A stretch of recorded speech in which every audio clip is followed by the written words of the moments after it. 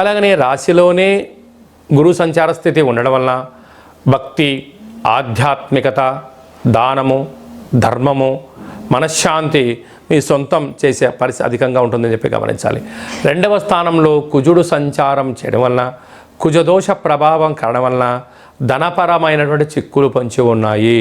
దయచేసి లావాదేవీలు, వ్యవహారాలు, క్రయ విక్రయాలు కొంతకాలం వాయిదా వేసుకోవడం ఉత్తమోత్తంగా భావించగలగాలి.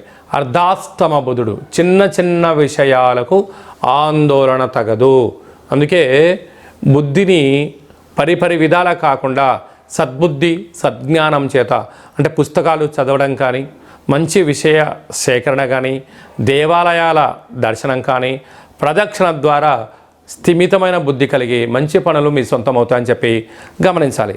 సంతాన స్థానంలో త్రిగ్రహ కూటమి రవి, శుక్ర, కేతు